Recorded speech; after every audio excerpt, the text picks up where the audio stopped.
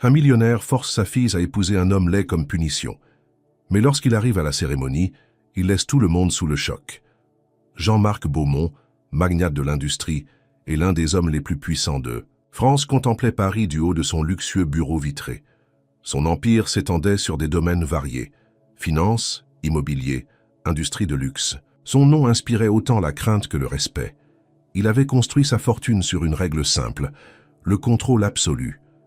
Rien ni personne ne lui résistait, et il ne comptait pas commencer aujourd'hui. Lorsque la porte de son bureau s'ouvrit, il ne détourna pas immédiatement le regard de la ville scintillante sous le crépuscule. Il savait qui venait d'entrer.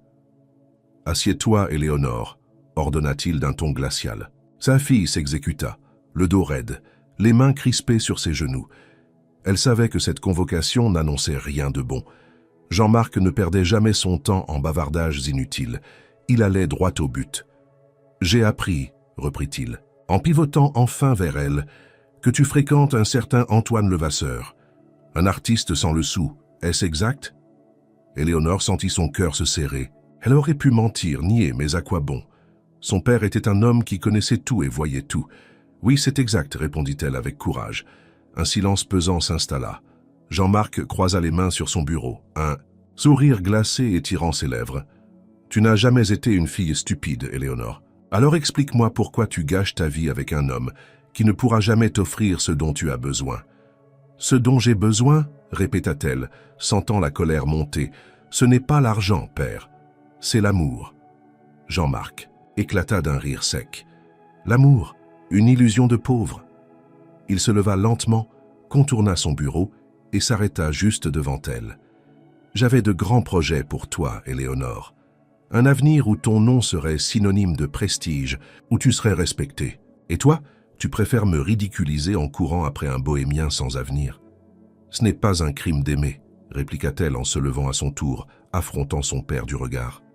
Non, mais c'en est un de défier ma volonté. Jean-Marc retourna derrière son bureau et appuya sur un bouton discret. Une porte latérale s'ouvrit aussitôt et un homme entra. Grand, vêtu d'un costume impeccable, il avait un visage sévère. « Henri, veille à ce que mademoiselle ne quitte plus la maison jusqu'au jour de son mariage. » Éléonore écarquilla les yeux. « Mon mariage ?» Jean-Marc la fixa froidement. « Oui, ton mariage. Puisque tu sembles si déterminé à briser les règles, je vais t'en imposer une nouvelle. Tu épouseras Gaspard Moreau. » Un frisson parcourut la jeune femme. Le nom lui était familier. Gaspard Moreau appartenait à une ancienne famille noble, tombée en disgrâce. Il était rarement vu en public, et ceux qui le connaissaient parlèrent de lui en chuchotant. On disait qu'il était d'une laideur effrayante, marqué par des cicatrices dont on ignorait l'origine. « Vous ne pouvez pas faire ça, » protesta-t-elle. « Je peux tout faire, » répondit Jean-Marc avec un calme terrifiant. Il s'approcha d'elle et posa une main lourde sur son épaule.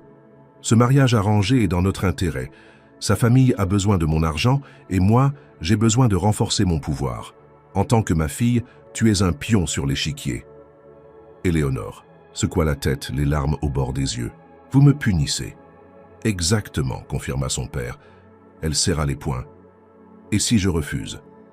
Jean-Marc soupira, comme si la réponse était évidente. « Alors Antoine paiera les conséquences de ton entêtement. » Un silence glacial s'installa. Éléonore sentit le sol se dérober sous ses pieds. Son père était capable de tout. Il pouvait ruiner Antoine, s'assurer qu'il ne vende jamais une seule toile, le faire bannir de la société parisienne. Elle n'avait plus le choix. Les lèvres tremblantes, elle lança un dernier regard suppliant à son père, mais elle ne trouva qu'un mur de froideur et de détermination. « Très bien, dit-elle d'une voix brisée. » Jean-Marc esquissa un sourire satisfait. « Excellente décision. » Puis, sans un mot de plus, il fit signe à Henri. « Emmène-la. » La porte se referma derrière elle. Dans le silence de son bureau, Jean-Marc contempla un instant le reflet de la ville dans la vitre. Tout était sous contrôle. Pour l'instant. Éléonore se précipita vers la porte, mais Henri l'attrape fermement par le bras.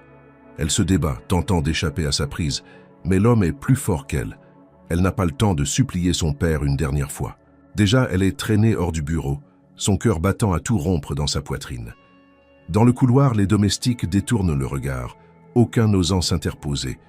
Ils connaissent trop bien la volonté de Jean-Marc Beaumont pour essayer d'aller à l'encontre de ses décisions.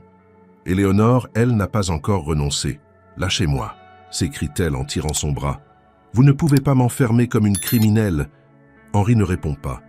Il l'escorte jusqu'à l'escalier en marbre menant à l'étage et la pousse légèrement vers sa chambre. « Mademoiselle, je vous conseille de ne pas compliquer les choses. Et moi, je vous conseille d'avoir un peu de décence, » rétorque-t-elle avec rage. « Vous servez un tyran. » Henri ne bronche pas. Il ouvre la porte, l'incite à entrer et referme derrière. Elle, le bruit du verrou qui tourne la glace sur place. Elle est prisonnière. Les larmes qu'elle retenait jusque-là coulent sur ses joues. Son propre père l'a trahie, enfermée, vendue à un homme qu'elle ne connaît pas. Elle se précipite vers la fenêtre, l'ouvre et regarde en bas. Trop haut pour sauter. Il n'y a pas d'issue immédiate. Elle fait les 100 pas dans sa chambre, tentant de comprendre comment une telle chose a pu lui arriver. Il y a quelques jours encore, elle riait dans les bras d'Antoine, imaginant un avenir libre et heureux. Mais tout cela a volé en éclats en un instant. Elle sait que pleurer ne l'aidera pas, alors elle se ressaisit. Elle doit trouver une solution. Son regard se pose sur son bureau. Elle s'y installe et, d'une main tremblante, saisit une feuille et une plume. « Antoine, mon amour, on m'arrache à toi. Mon père m'a enfermé et m'oblige à épouser un homme que je ne connais pas.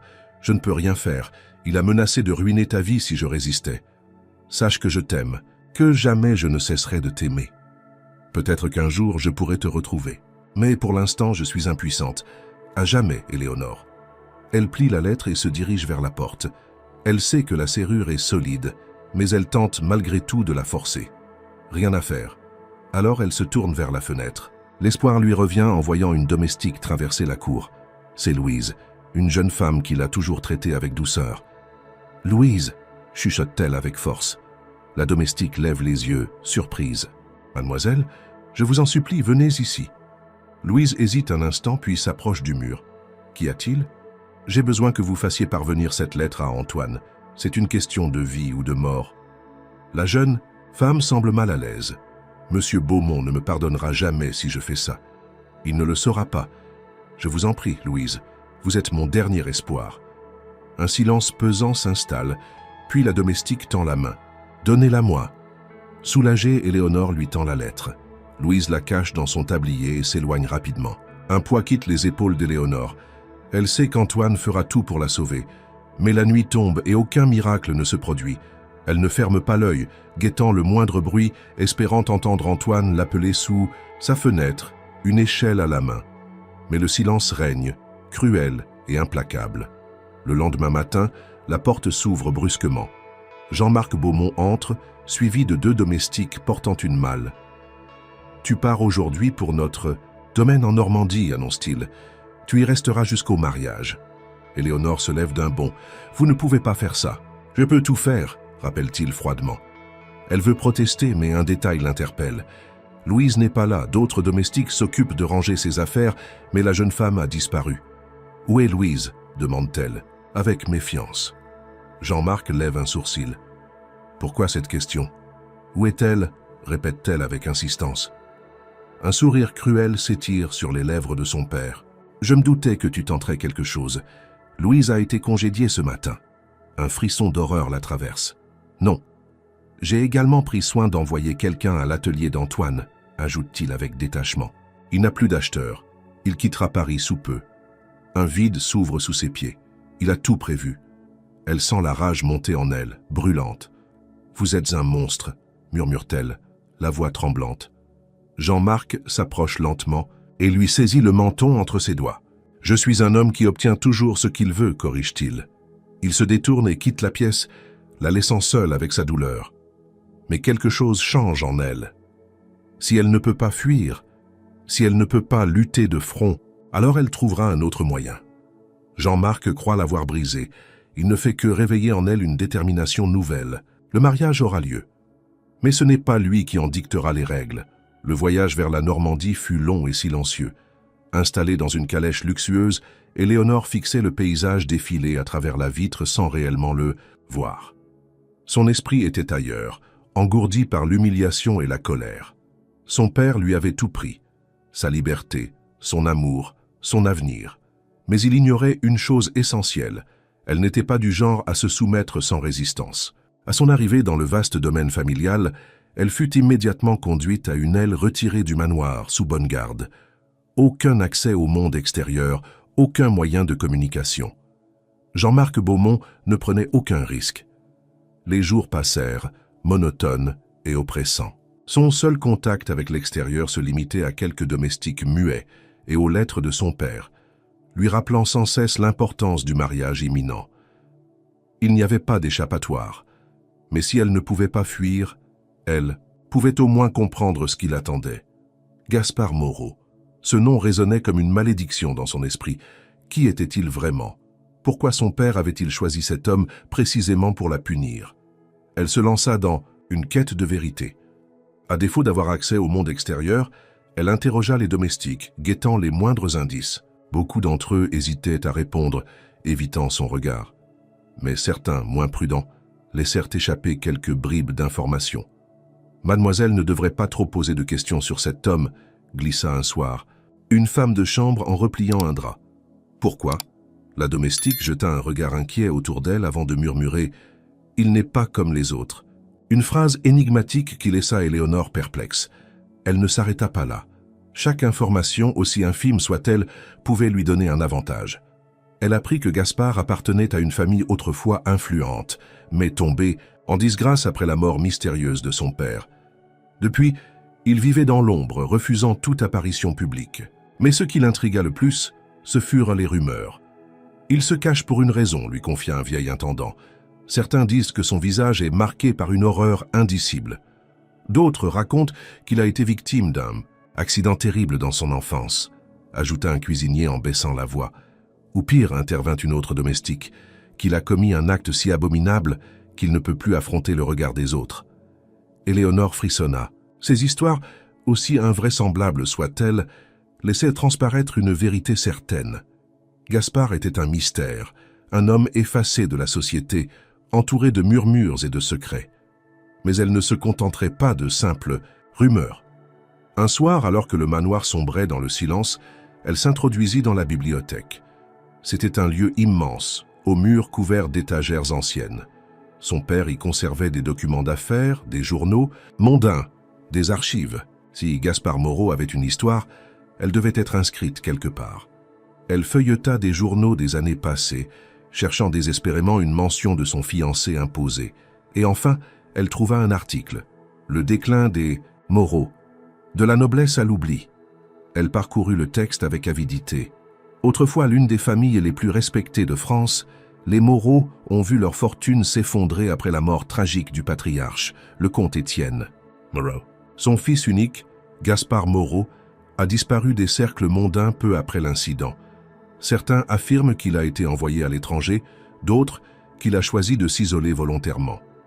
Le journal ne mentionnait pas la cause exacte de la mort du comte. Mais une autre coupure attira son attention, un portrait de Gaspard.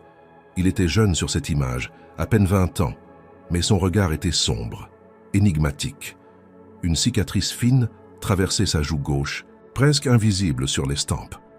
Contrairement aux descriptions terrifiantes qu'on lui avait faites, il n'était pas hideux. Alors pourquoi cette légende de laideur? Pourquoi cet effacement volontaire? Éléonore sentit un frisson d'excitation mêlé d'angoisse. Elle referma précipitamment le journal lorsqu'elle entendit des bruits de pas dans le couloir. Elle éteignit la lampe et se cacha derrière une étagère, retenant son souffle. Un domestique passa devant la porte, jeta un regard dans la pièce et repartit. Elle attendit encore quelques instants avant de quitter la bibliothèque, le cœur battant. Cette nuit-là, elle ne dormit pas. Elle comprenait enfin pourquoi son père avait choisi Gaspard pour cette union forcée. Ce n'était pas simplement une question de noblesse ou d'argent. C'était une question de pouvoir. Jean-Marc Beaumont était un stratège. Il n'aurait jamais lié sa famille à un homme sans potentiel. Et si Gaspard était bien plus qu'un héritier déchu?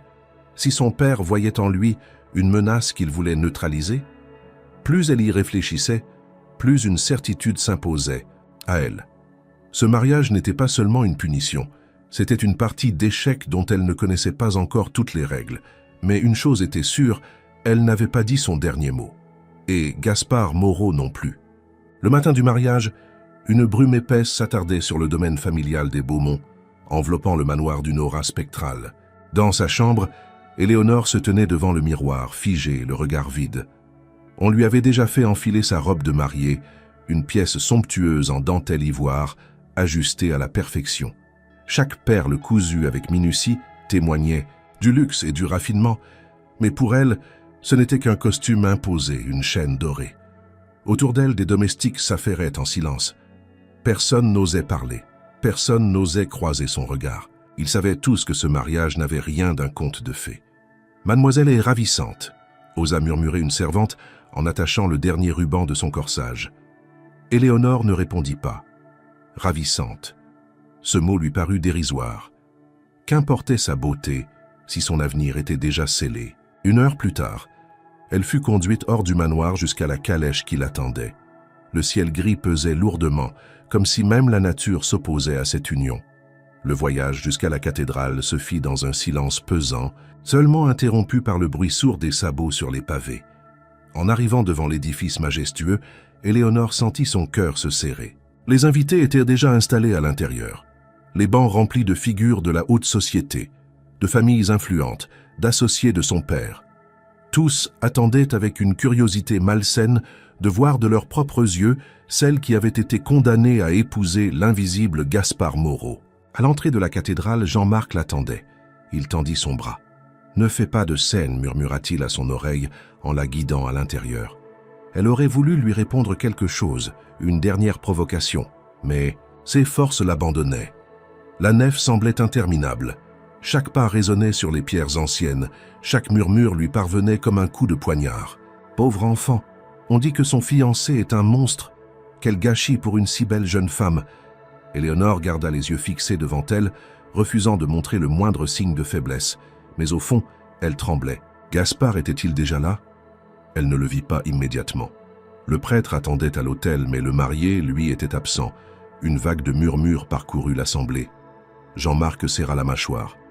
Il n'aimait pas l'imprévu. Éléonore, elle, sentit un infime espoir naître en elle. Et s'il ne venait pas?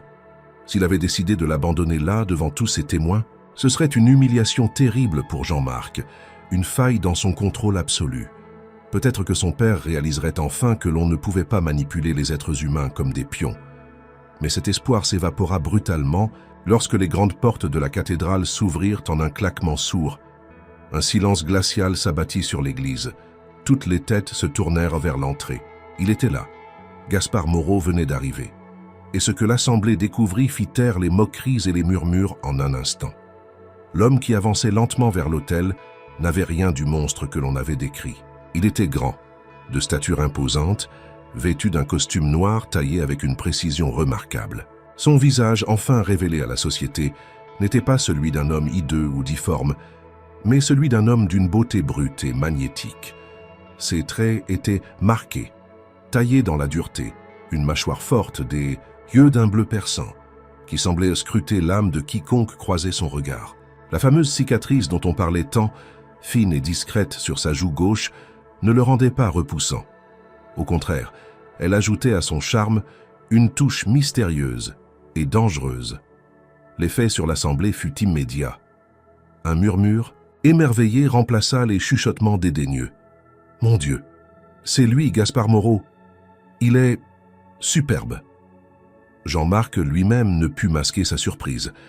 Ce n'était pas l'homme qu'il s'attendait à voir. Éléonore, figée, sentit son cœur s'emballer. Il s'arrêta devant elle, plongea son regard intense dans le sien.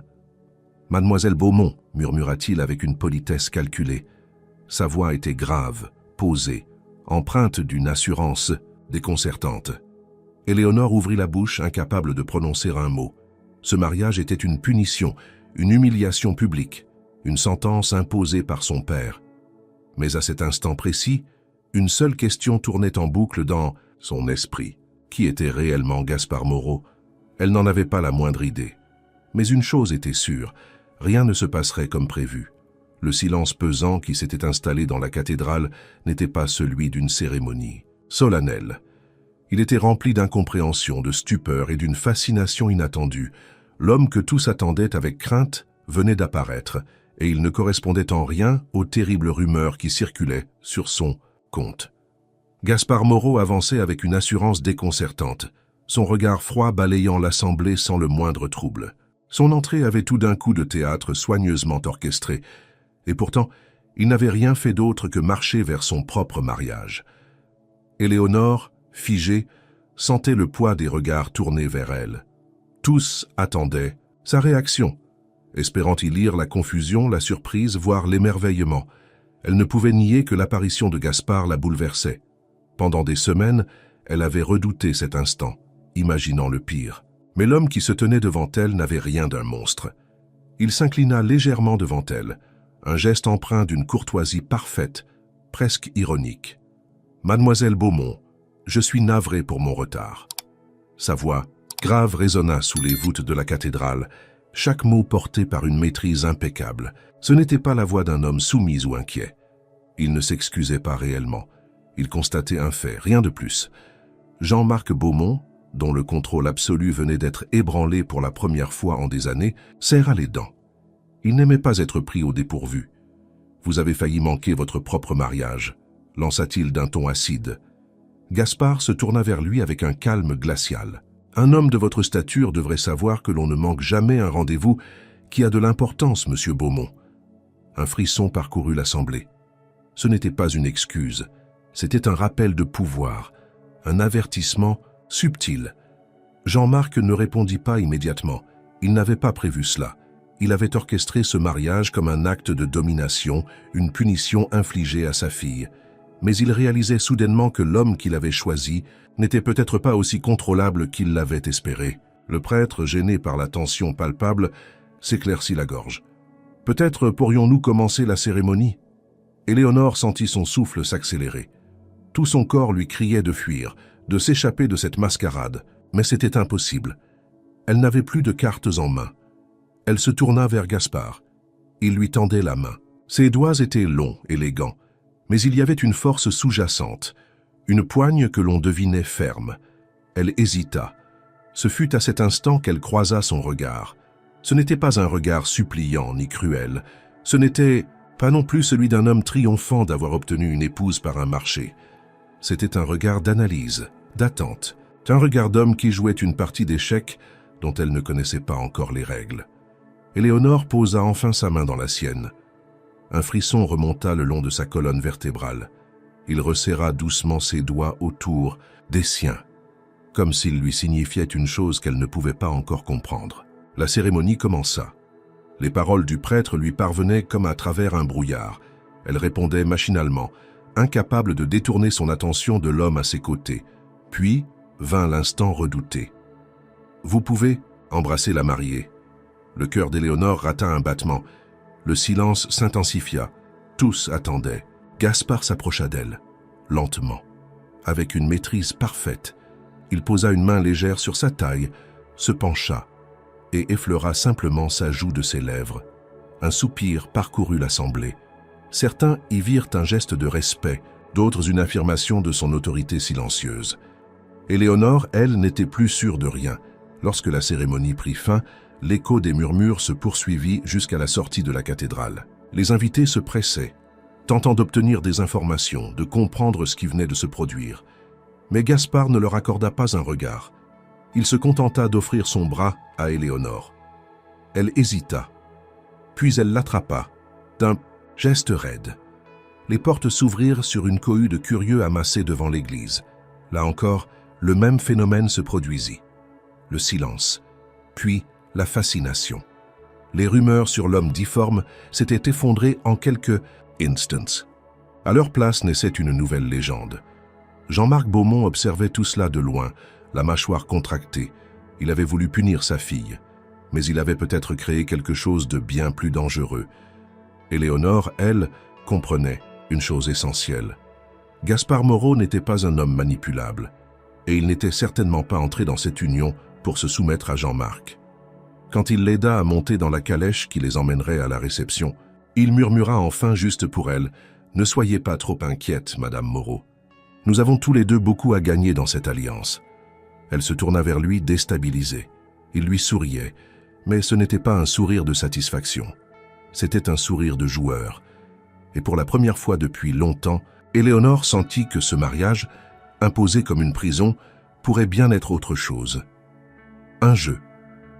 Et elle était désormais prête à y jouer. La réception se déroulait dans l'un des plus prestigieux salons de Paris, une salle immense décorée d'or et de cristal. La haute société s'y pressait, oscillant entre admiration et méfiance. Les murmures coulaient comme du vin entre les convives. Ce mariage est une énigme. Jean-Marc Beaumont pensait humilier sa fille, mais regardez ce Gaspard Moreau. Il n'a rien d'un homme brisé. Éléonore, assise aux côtés de son époux, gardait une expression neutre. Son esprit était un tourbillon de pensées confuses. Elle ne comprenait toujours pas comment les rumeurs sur Gaspard avaient pu être si éloignées de la réalité. Tout en lui inspirait la puissance, sa posture impeccable, sa voix maîtrisée, ce regard qui trahissait une intelligence aiguisée. Mais c'est lorsqu'ils furent enfin seuls, loin des regards scrutateurs, qu'elle décida d'obtenir des réponses. Dans l'un des salons privés attenant à la grande salle, elle fit volte-face pour lui faire face. « Qui êtes-vous vraiment, Gaspard Moreau ?» Il ne fut pas surpris par sa question. Au contraire, un sourire amusé étira légèrement ses lèvres. « Votre mari, » répondit-il tranquillement. Elle serra les poings. « Ne jouez pas avec moi. Toute ma vie, j'ai entendu parler de vous comme d'un homme difforme, d'un reclus vivant dans l'ombre. Pourtant, ce soir, vous apparaissez comme un aristocrate accompli, et la société vous acclame déjà. » Il pencha légèrement la tête, observant chaque réaction sur son visage. « Vous voulez la vérité ?»« J'exige la vérité. » Il se redressa légèrement, comme s'il évaluait jusqu'où il pouvait lui en dire. « Mon père était un homme brutal et ambitieux, » commença-t-il. « Il a gouverné notre famille avec une main de fer, pensant que la noblesse suffisait à assurer notre pouvoir. Mais il s'est trompé. Il a trop joué, trop risqué et il a tout perdu. »« Il est mort accidentellement, » murmura Éléonore, se souvenant de ce qu'elle avait lu. « C'est ce que l'on dit, oui, » répondit Gaspard, une ombre passant dans son regard. Un silence s'installa. « Pourquoi avez-vous disparu après sa mort ?» Il laissa échapper un léger rire, un son amer. « Parce que mon père avait des ennemis, beaucoup d'ennemis. Il pensait qu'un fils brisé serait plus facile à manipuler qu'un homme préparé. J'ai donc fait en sorte qu'il me sous-estime. » Elle sentit un frisson parcourir son échine. « Vous avez laissé ces rumeurs circuler volontairement. » « Ce fut ma plus grande arme, avoua-t-il avec une simplicité déconcertante. J'ai cultivé l'image d'un reclus défiguré pour qu'on me laisse en paix pour observer dans l'ombre. Pendant des années, on m'a cru insignifiant, mais je n'ai jamais cessé de préparer mon retour. » Éléonore comprenait maintenant. Gaspard Moreau n'était pas seulement un héritier en disgrâce, c'était un homme qui avait attendu son heure. « Et mon père » souffla-t-elle. Il sourit lentement. « Votre père pense être le maître du jeu. Mais il vient de commettre une erreur. » « Quelle erreur ?» Il s'approcha, son regard se plongeant dans le sien. « Il m'a donné une place dans sa famille. Il m'a offert un accès direct à son empire. » Le cœur d'Éléonore manqua un battement. « Vous avez accepté ce mariage pour atteindre mon père. Ne soyez pas naïve, Éléonore. Ce mariage était un piège pour vous. Mais je l'ai transformé en opportunité pour moi. » Elle recula légèrement, le souffle court. « Vous cherchez à vous venger ? Je cherche à prendre ce qui me revient. » Son ton était posé, mais il n'y avait aucune hésitation dans ses mots. Jean-Marc Beaumont règne par la peur et le contrôle. Mais comme tout homme trop sûr de lui, il a négligé une faille. Éléonore, incapable de détourner les yeux, murmura « Quelle faille ?» Gaspard esquissa un sourire énigmatique. « Vous ?» Le silence fut fracassant. « Moi ? Il vous croit brisée, soumise à sa volonté. Mais moi, je vois autre chose. » Elle n'osa pas bouger. « Si nous joignons nos forces, nous pouvons le renverser. » La proposition la laissa sans voix. Pendant des semaines, elle s'était sentie piégée, impuissante. Mais maintenant, face à cet homme qui, contre toute attente, ne cherchait pas à l'enchaîner davantage, une nouvelle possibilité s'offrait à elle. Elle comprit alors que son mariage n'était pas seulement une punition, c'était peut-être la plus grande chance qu'elle ait jamais eue, mais une question demeurait. « Pourquoi me feriez-vous confiance ?» Il s'approcha encore, et cette fois, elle ne recula pas. « Parce que vous détestez votre père autant que moi. » Leurs regards s'accrochèrent dans un défi silencieux. Jean-Marc Beaumont croyait avoir tout prévu, mais il ignorait qu'il venait peut-être de créer sa propre chute, et il ne le verrait venir que lorsqu'il serait trop tard. La réception battait son plein, mais Éléonore n'y prêtait plus attention. Les coupes de champagne s'entrechoquaient, les rires mondains remplissèrent la salle, mais pour elle tout cela n'était qu'un brouhaha lointain. Assise à la table d'honneur aux côtés de Gaspard, elle observait son père installé à quelques mètres, échangeant des paroles stratégiques avec ses alliés. Jean-Marc Beaumont paraissait serein, sûr de lui, comme s'il venait d'asseoir encore davantage son pouvoir en liant sa famille à celle de Gaspard. Il ne se doutait pas que son nouveau gendre n'était pas un pantin docile.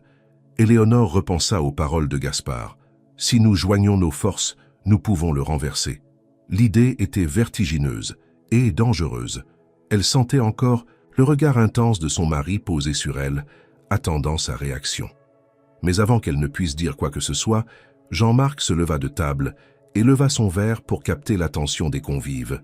« Mesdames et messieurs, ce soir est une soirée particulière, » déclara-t-il d'un ton assuré. « Aujourd'hui, je ne célèbre pas seulement le mariage de ma fille, mais également une alliance puissante entre deux grandes familles. » L'assemblée applaudit poliment, bien que l'intérêt principal de chacun restait tourné vers Gaspard. L'homme qui était censé être une disgrâce était devenu l'attraction principale de la soirée. Jean-Marc tourna enfin son regard vers son gendre. « Gaspard, nous avons entendu beaucoup de choses à votre sujet. Vous étiez une énigme, pour nous tous. Mais ce soir, nous voyons enfin qui vous êtes. » Gaspard inclina légèrement la tête, un sourire indéchiffrable aux lèvres. « J'espère être à la hauteur des attentes, monsieur Beaumont. » Jean-Marc plissa légèrement les yeux. « Nous verrons cela avec le temps. » Éléonore sentit la tension à peine dissimulée entre les deux hommes. Son père jaugeait Gaspard, tentant de comprendre ce qu'il avait sous-estimé. Et Gaspard, lui, jouait son rôle avec une perfection inquiétante. Jean-Marc reprit la parole. « En tant que nouveau membre de cette famille, il est naturel que vous trouviez votre place au sein de nos affaires. Mais vous comprenez, bien sûr, que rien ne vous sera donné gratuitement. » L'Assemblée observa la scène avec un intérêt renouvelé. Certains souriaient, d'autres retenaient leur souffle. Jean-Marc venait de poser une barrière claire. Il ne laisserait pas Gaspard s'imposer sans condition. Mais Gaspard ne se démonta pas. Il posa calmement sa coupe sur la table et leva lentement les yeux vers son beau-père. « Rien d'important ne s'obtient gratuitement, en effet, mais je suis un homme patient. » Un silence s'abattit. Jean-Marc comprit immédiatement le sous-entendu. Gaspard ne comptait pas être un simple spectateur dans cet empire familial. Il comptait s'y inscrire de manière durable. Éléonore frissonna. Son père s'apprêtait à parler, mais Gaspard poursuivit, sa voix plus basse, plus menaçante. « La patience, monsieur Beaumont, est une qualité essentielle dans le monde des affaires. Ceux qui ne l'ont pas finissent souvent par perdre leur empire en voulant tout contrôler trop vite. » Jean-Marc se figea imperceptiblement. Il venait de comprendre qu'il n'avait pas simplement face à lui un homme ambitieux, mais un adversaire capable de frapper là où cela faisait mal. « Nous verrons ce que l'avenir nous réserve, » répliqua-t-il en masquant son trouble. Leur échange, à peine voilé sous des politesses, n'échappa à personne. Les murmures reprirent dans la salle. Éléonore sentit son cœur s'accélérer. Pour la première fois de sa vie, son père n'avait pas le contrôle total d'une situation. Après quelques instants, la musique reprit et les invités retournèrent à leur conversation, mais l'atmosphère avait changé. Une tension palpable flottait dans l'air. Jean-Marc se détourna et s'éloigna vers un groupe d'hommes influents, sans un regard pour Gaspard ou Éléonore. Ce dernier se pencha alors légèrement vers elle et murmura « Il commence à comprendre ». Elle posa les yeux sur lui. « Comprendre quoi ?» Il sourit, un sourire où se mêlaient amusement et détermination. Que son jeu ne fait que commencer. Elle sentit un frisson la traverser. Elle avait toujours vu son père comme un titan inébranlable. Mais Gaspard venait d'ébranler cette image en quelques mots bien placés. Elle prit une inspiration profonde. « Qu'attendez-vous de moi dans tout cela ?» Gaspard la fixa comme s'il pesait ses mots avant de parler. « Vous avez grandi sous le joug d'un homme qui ne vous a jamais laissé respirer. Vous savez mieux que personne comment il fonctionne. » Elle hocha lentement la tête. « Je connais ses faiblesses, » murmura-t-elle. Gaspard sourit de plus belle. « Alors nous avons déjà une longueur d'avance. » Éléonore plongea son regard dans le sien, cherchant à deviner ce qui se cachait réellement derrière cette proposition. Elle savait qu'elle jouait avec le feu.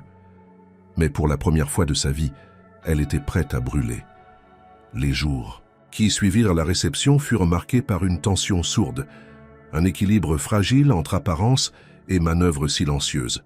Jean-Marc Beaumont avait compris que Gaspard n'était pas un homme facile à contrôler, mais il n'était pas du genre à se laisser intimider.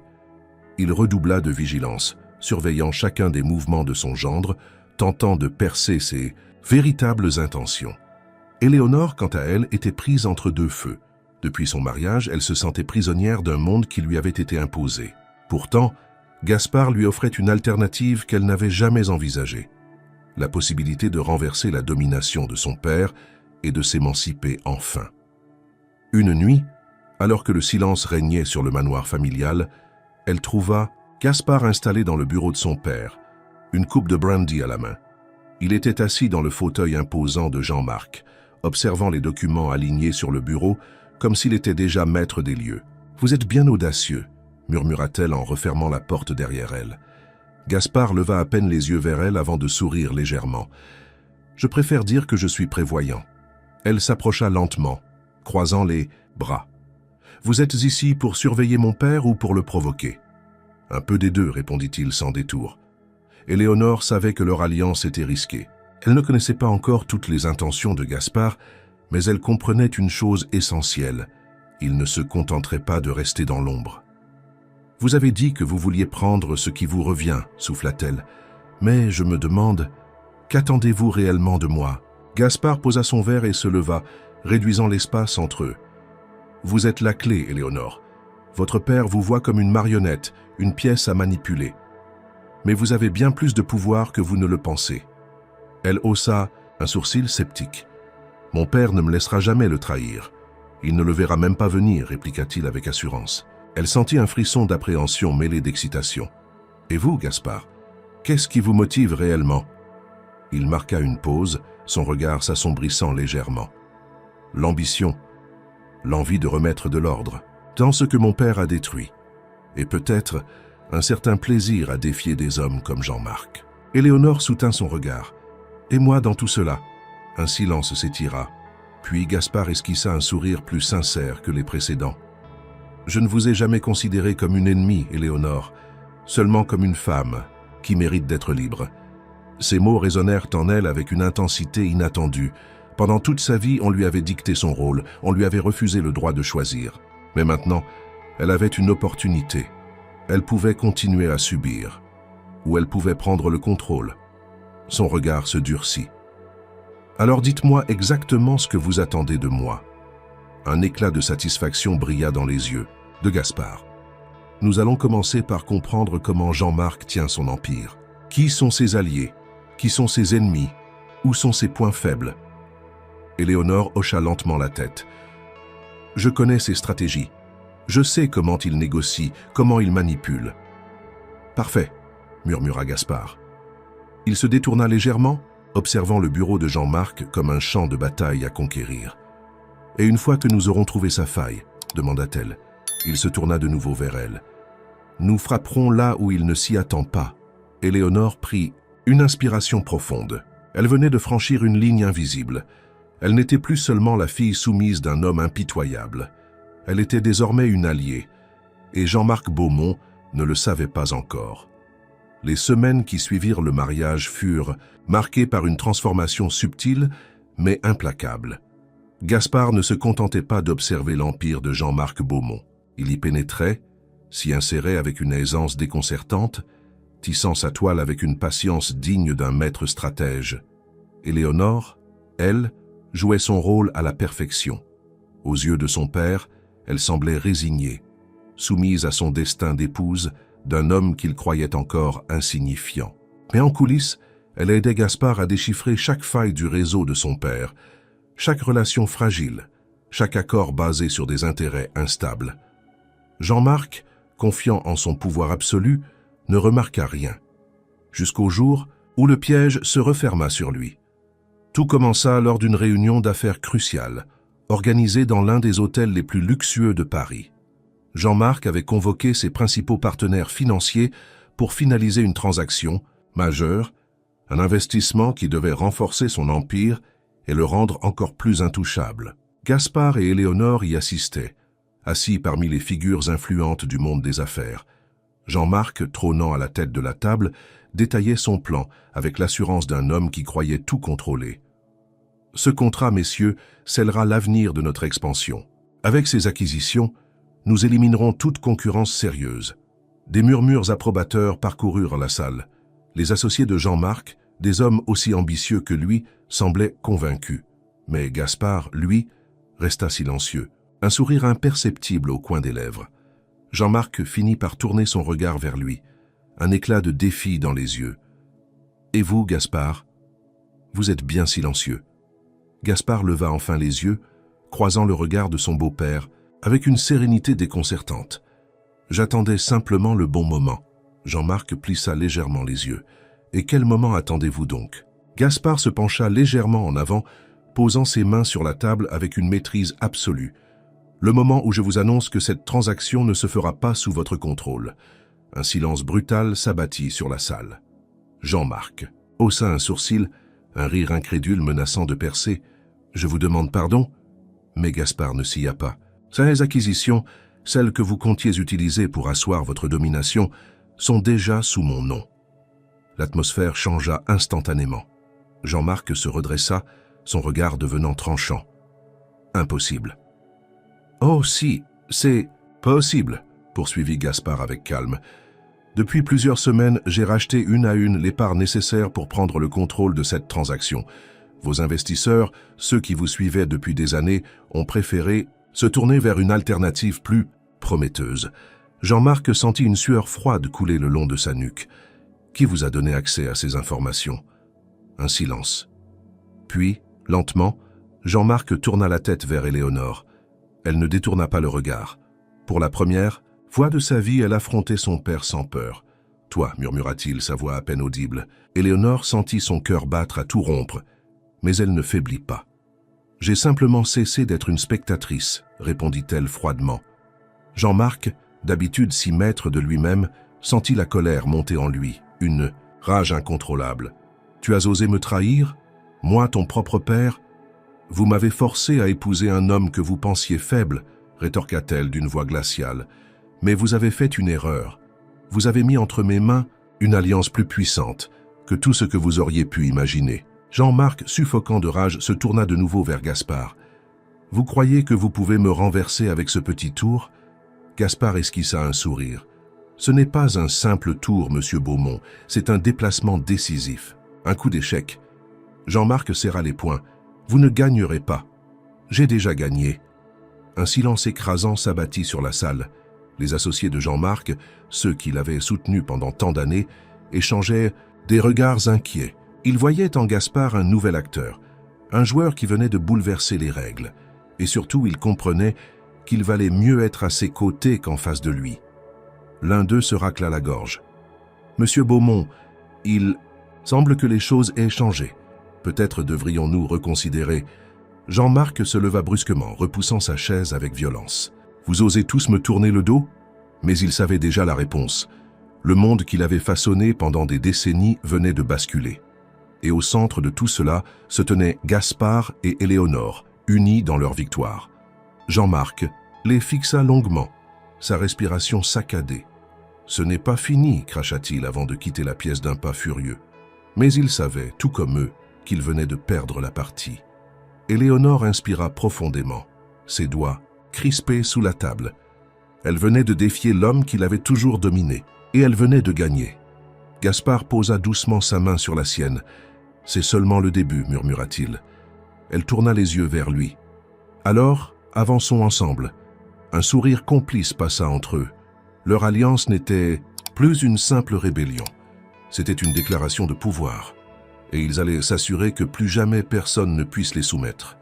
Jean-Marc Beaumont n'avait jamais connu la défaite. Il avait construit son empire sur une domination absolue, écrasant ses adversaires avant qu'ils ne puissent devenir des menaces.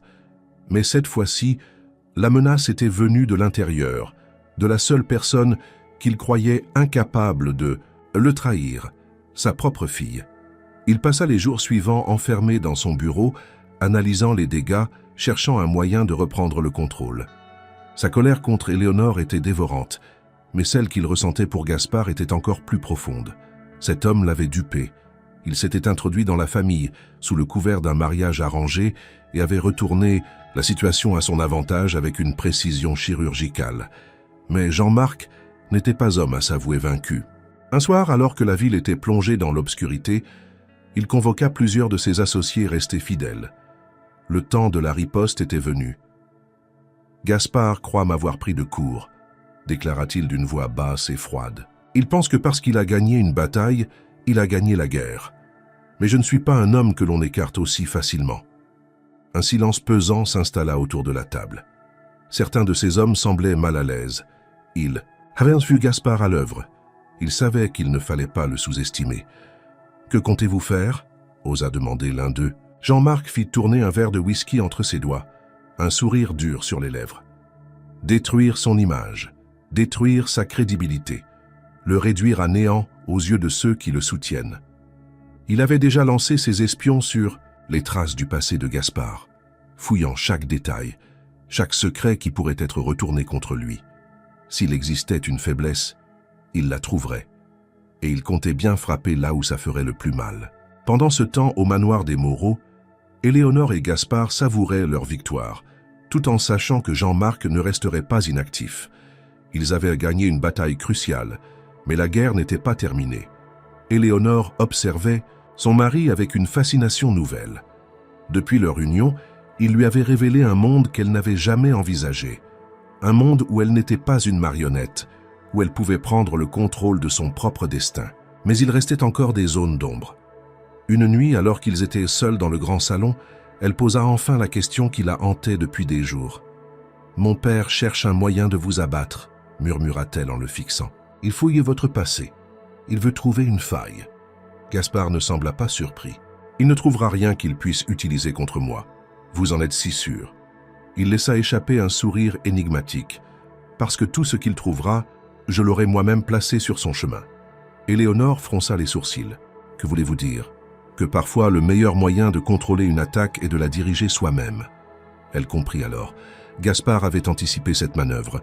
Il avait prévu que Jean-Marc chercherait à salir son nom et il avait déjà préparé les pièges dans lesquels son beau-père allait s'engouffrer. Elle sentit un frisson parcourir son échine. « Vous jouez toujours avec plusieurs coups d'avance. »« Toujours, confirma-t-il. » Jean-Marc, de son côté, lança une rumeur bien calculée dans la haute société. Il prétendit que Gaspard Moreau n'était qu'un imposteur, un homme ayant falsifié des documents pour récupérer un héritage qui ne lui appartenait pas. Il mit en marche sa machine d'influence, mobilisant journaux et contacts pour discréditer son gendre. Mais quelque chose ne se passa pas comme prévu. Au lieu de se défendre, Gaspard laissa la rumeur enfler. Il n'en fit aucun cas, ne publia aucun démenti, ne chercha pas à se justifier. Les élites parisiennes, intriguées, commencèrent à s'interroger. Un homme innocent aurait cherché à rétablir la vérité. Pourquoi Gaspard restait-il silencieux?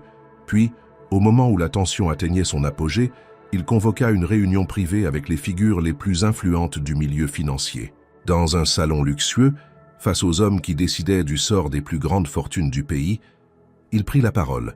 « Certains d'entre vous ont entendu des rumeurs sur moi, » commença-t-il avec un calme absolu. « On murmure que je ne suis pas celui que je prétends être, que mon héritage est un mensonge. » Un silence tendu régna dans la pièce. Jean-Marc, assis dans un coin, attendait sa chute avec une satisfaction mal contenue. Mais ce fut Gaspard qui eut le dernier mot. « Et si je vous disais que ces rumeurs ne sont pas totalement fausses ?» Un frisson parcourut l'assemblée. « J'ai cultivé le mystère, continua-t-il. J'ai laissé circuler des histoires. J'ai entretenu le doute.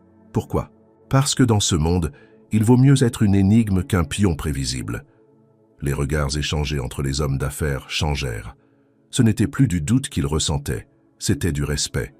Gaspard venait de transformer une attaque en atout. Jean-Marc, furieux, comprit qu'il venait de perdre une nouvelle fois.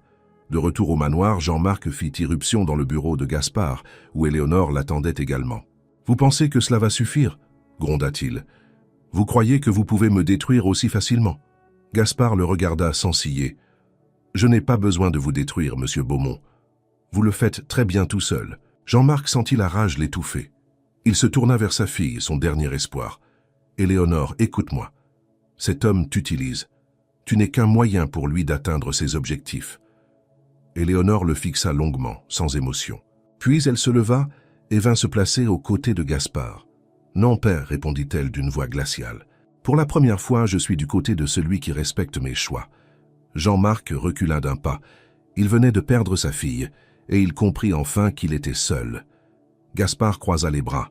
« Vous avez perdu cette bataille, mais nous pouvons encore négocier, dit-il avec calme.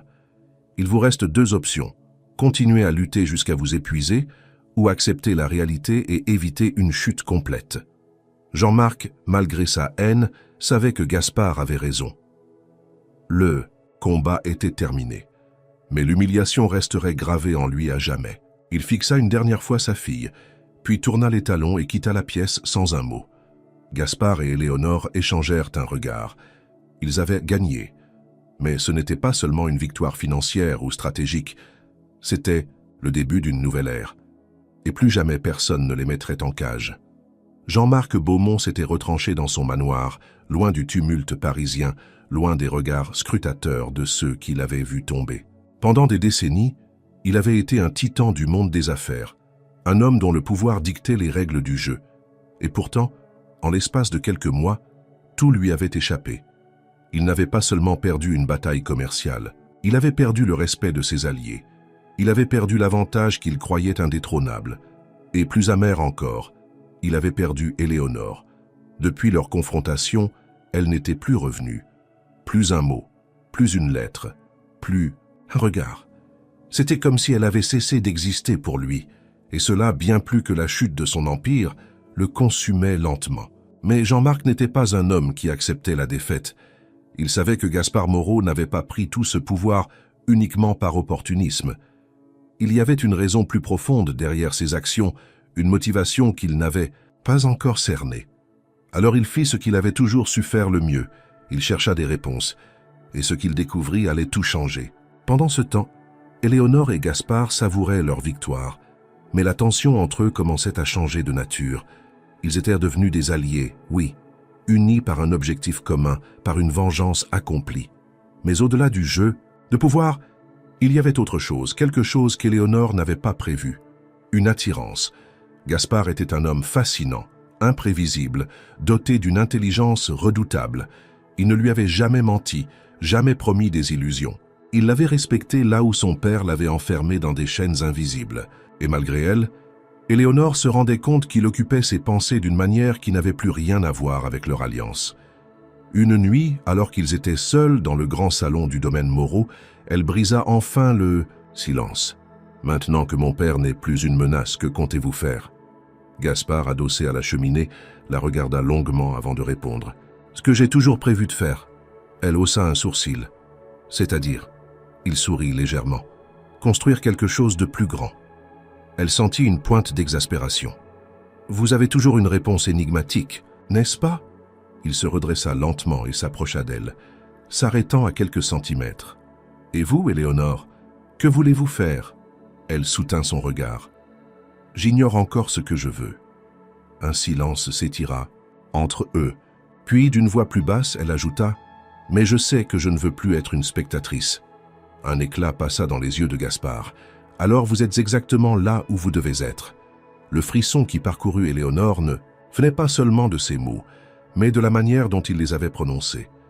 Il n'y avait plus d'obligation entre eux, plus de mariage forcé, seulement un choix. Et c'était peut-être cela qui rendait cette relation encore plus dangereuse. Mais ce moment de calme fut brisé quelques jours plus tard par une lettre. Jean-Marc Beaumont souhaitait les voir, pas pour un affrontement, pas pour négocier, mais pour une révélation. Éléonore hésita. « C'est un piège, dit-elle en relisant la lettre. » Gaspard, assis dans un fauteuil en velours, croisa les jambes avec aisance. « Probablement. Alors pourquoi nous convoque-t-il? Il sait qu'il a perdu. » Gaspard prit le temps de répondre. « Parce qu'il a encore une carte en main. » Elle sentit une angoisse monter en elle. « Et vous pensez que c'est une carte capable de nous mettre en danger ?» Gaspard réfléchit un instant, puis sourit lentement. « Seulement si nous la sous-estimons. » Ils se rendirent au manoir Beaumont à la tombée de la nuit. Jean-Marc les attendait dans son bureau, debout près de la cheminée, un verre à la main. Il n'avait plus l'air du magnate invincible qu'il avait été. Il était plus pâle, plus fatigué. Mais dans ses yeux brillait toujours une lueur dangereuse. « Vous êtes venu, constata-t-il sans surprise. Gaspard s'installa tranquillement dans l'un des fauteuils. Nous sommes curieux. Jean-Marc sourit, mais c'était un sourire amer. J'ai fait des recherches sur vous, Moreau, des recherches plus approfondies que la dernière fois. Gaspard ne réagit pas, mais Éléonore sentit quelque chose d'infime changer dans son expression. J'ai découvert que votre père n'est pas mort de manière accidentelle, poursuivit Jean-Marc. Un silence pesant s'abattit. Éléonore tourna lentement la tête vers Gaspard, mais il restait impassible. Jean-Marc s'approcha de son bureau et posa un dossier devant eux.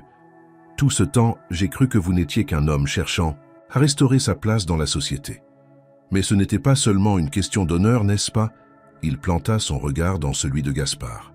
Vous vouliez votre vengeance. Éléonore sentit son souffle se bloquer. Elle saisit le dossier et l'ouvrit.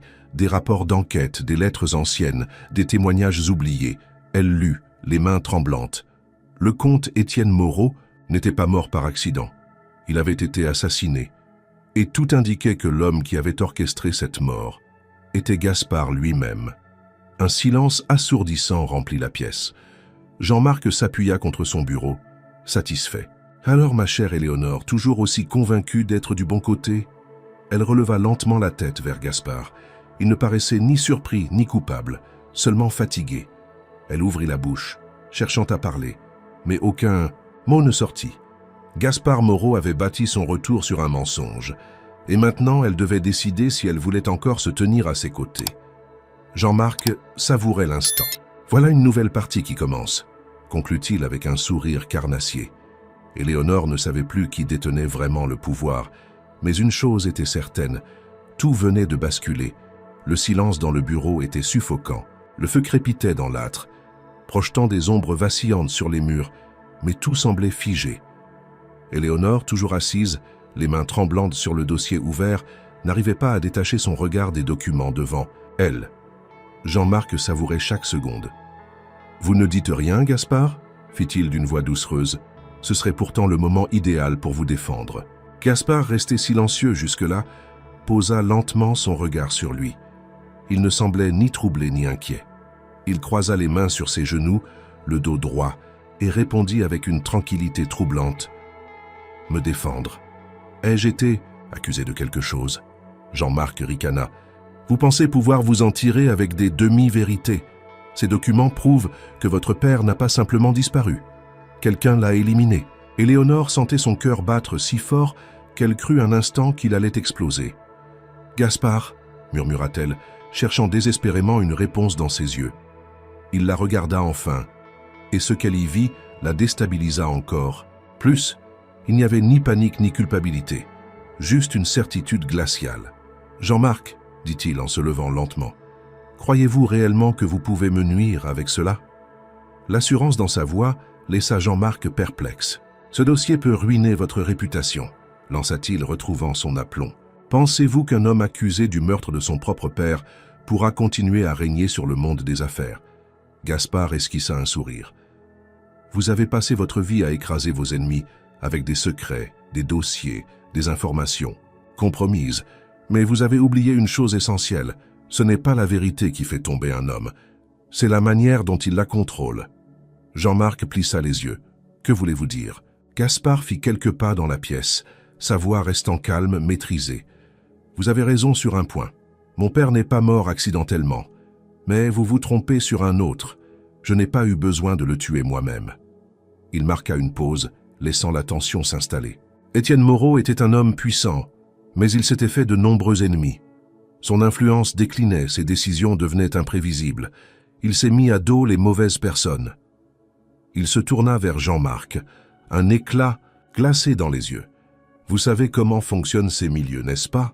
Jean-Marc sentit un frisson lui parcourir l'échine. « Vous insinuez que… » »« Je n'insinue rien, » coupa Gaspard. « Je dis simplement que lorsque l'heure est venue pour un homme de tomber, ceux qui ont intérêt à le voir disparaître s'assurent qu'il ne se relève jamais. » Jean-Marc comprenait trop bien ce langage. Il avait lui-même utilisé ces méthodes pour éliminer des concurrents gênants. Gaspard continua, implacable. « Mon père n'était plus une menace pour moi, mais il l'était pour d'autres. Je savais qu'il était condamné.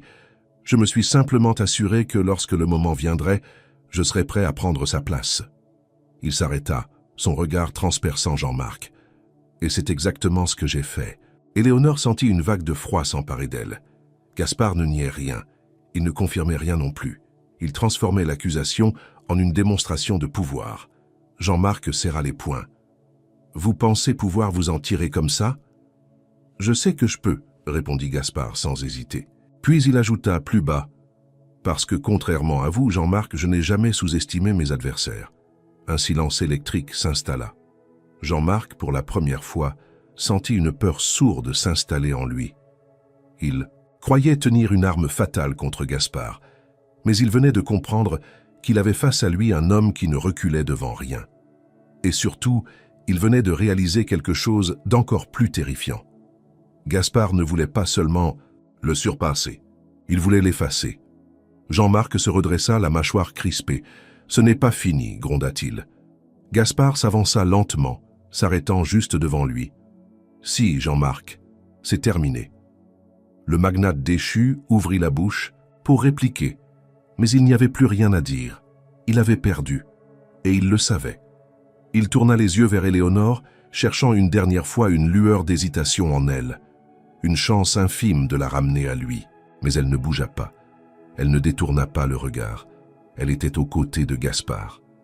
Jean-Marc sentit son cœur se serrer sous une rage impuissante. Sans un mot de plus, il recula, contourna son bureau et quitta la pièce d'un pas, lourd. La porte se referma derrière lui et avec elle, une ère entière de domination et de contrôle venait de s'effondrer. Éléonore inspira profondément, se tournant vers Gaspard. « Alors, tout cela était prévu ?» Il l'observa longuement avant de répondre. « J'ai appris une chose essentielle dans ce monde. Les hommes comme Jean-Marc ne croient qu'au pouvoir. Ils ne respectent que ceux qui sont capables de leur tenir tête. » Elle hocha lentement la tête. « Et maintenant ?» Il sourit légèrement. « Maintenant, nous écrivons notre propre avenir. » Elle le fixa, cherchant à déceler la moindre trace de manipulation, mais elle n'y trouva que la vérité brute. Ils n'étaient plus des adversaires. Ils étaient partenaires. Et le monde allait devoir s'y habituer. Quelques mois avaient passé depuis la chute de Jean-Marc Beaumont. L'homme qui avait autrefois dicté les règles du jeu n'était plus qu'une ombre dans un monde qui avançait sans lui. Son empire, autrefois incontestable, avait été démantelé, absorbé par d'autres puissances. Certains de ses anciens alliés s'étaient ralliés à Gaspard Moreau, tandis que d'autres avaient tenté de s'accrocher aux ruines, espérant un retour improbable du magnate déchu. Mais Jean-Marc n'était jamais revenu. Il s'était reclus dans son domaine normand, loin de Paris, loin des affaires, loin d'Éléonore. Cette dernière n'avait ressenti ni regret ni satisfaction à cette disparition. Son père n'était plus qu'un fantôme du passé, et elle n'éprouvait ni pitié ni rancune. Elle avait simplement tourné la page. À Paris, Gaspard était désormais un homme incontournable. Il avait consolidé son pouvoir avec une efficacité redoutable, réorganisant les affaires qu'il avait récupérées, imposant son influence sans jamais commettre les erreurs de ceux qui l'avaient précédé. Contrairement à Jean-Marc, il ne régnait pas par la peur, mais par la maîtrise et la stratégie. Et Éléonore, dans tout cela, n'était plus une simple spectatrice. Elle s'était imposée dans ce monde avec une aisance qu'elle n'aurait jamais soupçonnée. Aux yeux de la haute société, elle était devenue bien plus qu'une épouse contrainte par un mariage arrangé. Elle était une partenaire, une force en elle-même.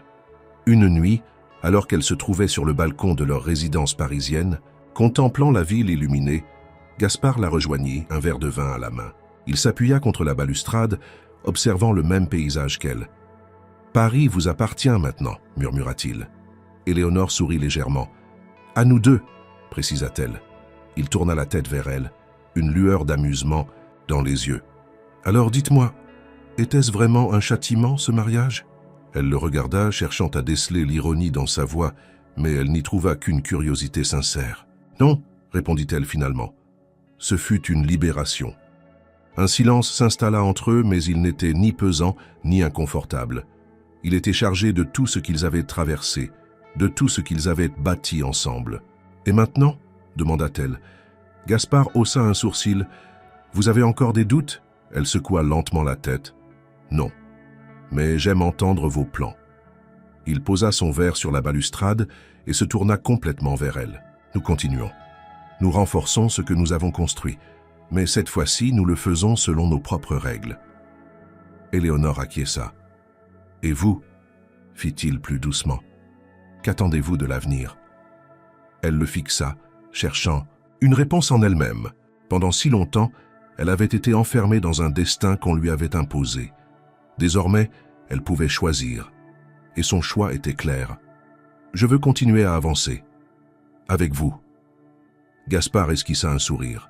« Alors nous sommes d'accord. » Il tendit la main vers elle comme il l'avait fait le jour de leur mariage. Cette fois, elle ne trembla pas en la prenant.